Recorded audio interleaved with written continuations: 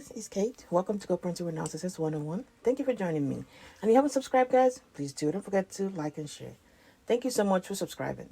Guys, today's topic is the covert narcissist being controlled by you? Are you controlling the covert narcissist? Well, it depends on what you're doing. Um, Generally, anyway, anything that will make you, anything on anybody that will make you change what you're doing, change how you're thinking, how what your mood is, which how you're feeling from hour to hour, day to day. When you're not ready to have those kind of feelings or emotions or do those kind of things, has a certain kind of control over you. They get to decide if you're laughing now, that the next minute, depending on what that is or who that is, that it changes for you to, being sad or whatever. That person or that thing has some kind of control over you, you know. And because we have kids with the covert narcissist and the nature of the covert narcissist, they're always watching you, even when they're not supposed to, even when they're supposed to have moved on. They jump into another relationship. Normal help people, emotionally healthy people, move on with their lives. You just share kids, you co-parent with kids, especially with how quick they jump into another relationship. So it should be like they've moved on, they've gone to something better, because that's what they said they did. They moved to something else better than where they're coming from.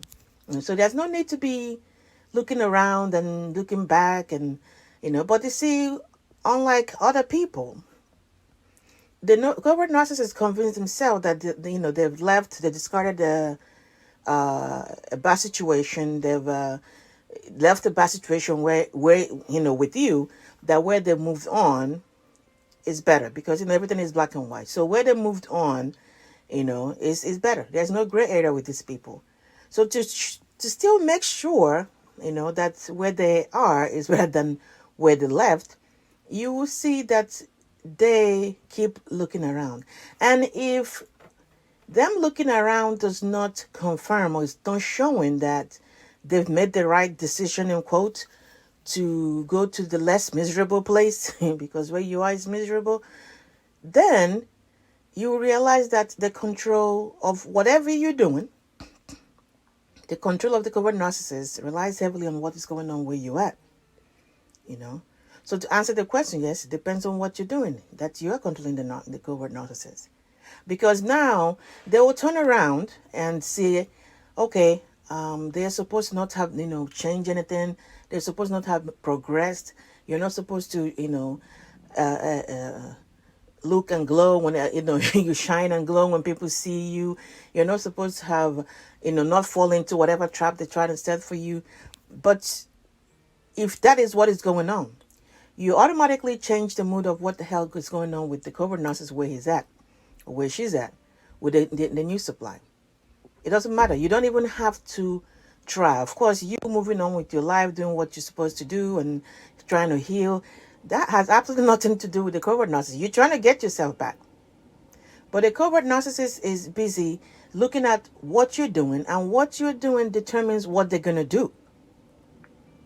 Because if it's not in line with the protocol they've established in your head of how everybody's supposed to live life after them, then you realize that they'll do something crazy when this is not aligning. So like you're co-parenting with them, and let's say you guys, somehow the kids said they're going on a trip, or or sometimes even buy stuff for the kids. I remember one time, one Christmas, that the covert narcissist sent me this nasty emails. That's normally what they do anyway. They sent me nasty emails back to back one Christmas. Why? Because the kid said that we went and bought a new Christmas tree. And then he decided to remind me why, he's paying child support and is not supposed to go to frivolous things. And, so, mind you, he's over there with a whole new wife and a baby on the way. I remember that now. So, but he's over here, why? Freaking out about, we were so happy about Christmas. We were so relaxed about Christmas. We were so, ready. That's how far we've moved on, that we're going to go buy Christmas tree to decorate. So over there, it flips out. Can you imagine what's going on that side that day? They might be having a party on that side, but because look around and realize, wait a minute, these people are not miserable. She's supposed to be miserable with the children because, where I am has to be better. She's supposed to be sad, miserable. They don't know what to do with themselves for the Christmas period. And they're over here talking about they're buying new Christmas tree to decorate and stuff. You know what would have happened? You would have changed the mood over there. They would have started talking crazy, probably to the new supply. Their mind would have changed because now they're like, wait a minute, that you're supposed to be miserable. Why are you not miserable? Does that mean that I'm miserable now? So, because remember, you have to be on the bad side. They are on the good side. So are you controlling the covert narcissist? Yes, if you're doing the right thing. Because they're constantly looking at you. They're not supposed to. Like I said, normal, emotionally healthy people move on and things go on. No, they keep, with the children linking us to these people, yes, they are still looking at you. And if you do anything, you deviate or you thrive and hope to God that's what you're doing, yes, you are changing the mood over there, because what you will get is either you get a nasty email, you get a phone call, they say something to the children, the smear campaign increases, something will happen. I dare you, if you want to try it, then let them hear that you did something different, something great. You improved on something changed, for good on your side. You see what will happen over there. You will change how these people, what they say to you, how they act, what they're feeling, whatever they are. And of course, it's not the same for you. You probably could care less what's going on over there, as long as it doesn't affect your children.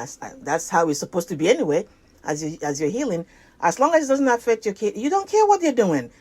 You don't care that they they go to, they take off and be on a trip or vacation every day of the week. It doesn't matter to you. It doesn't affect you as long as it doesn't affect the children. But let you do that. If you are the one doing it, the narcissist mood and feelings and stuff will change, and it will show up in text message to you, email to you, phone calls to you, stuff with the kids, stuff with other people. They'll be talking about you.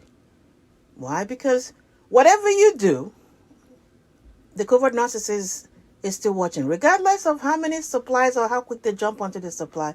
They are still looking at you, and because we have the kids, that even makes it more easy for you to spot.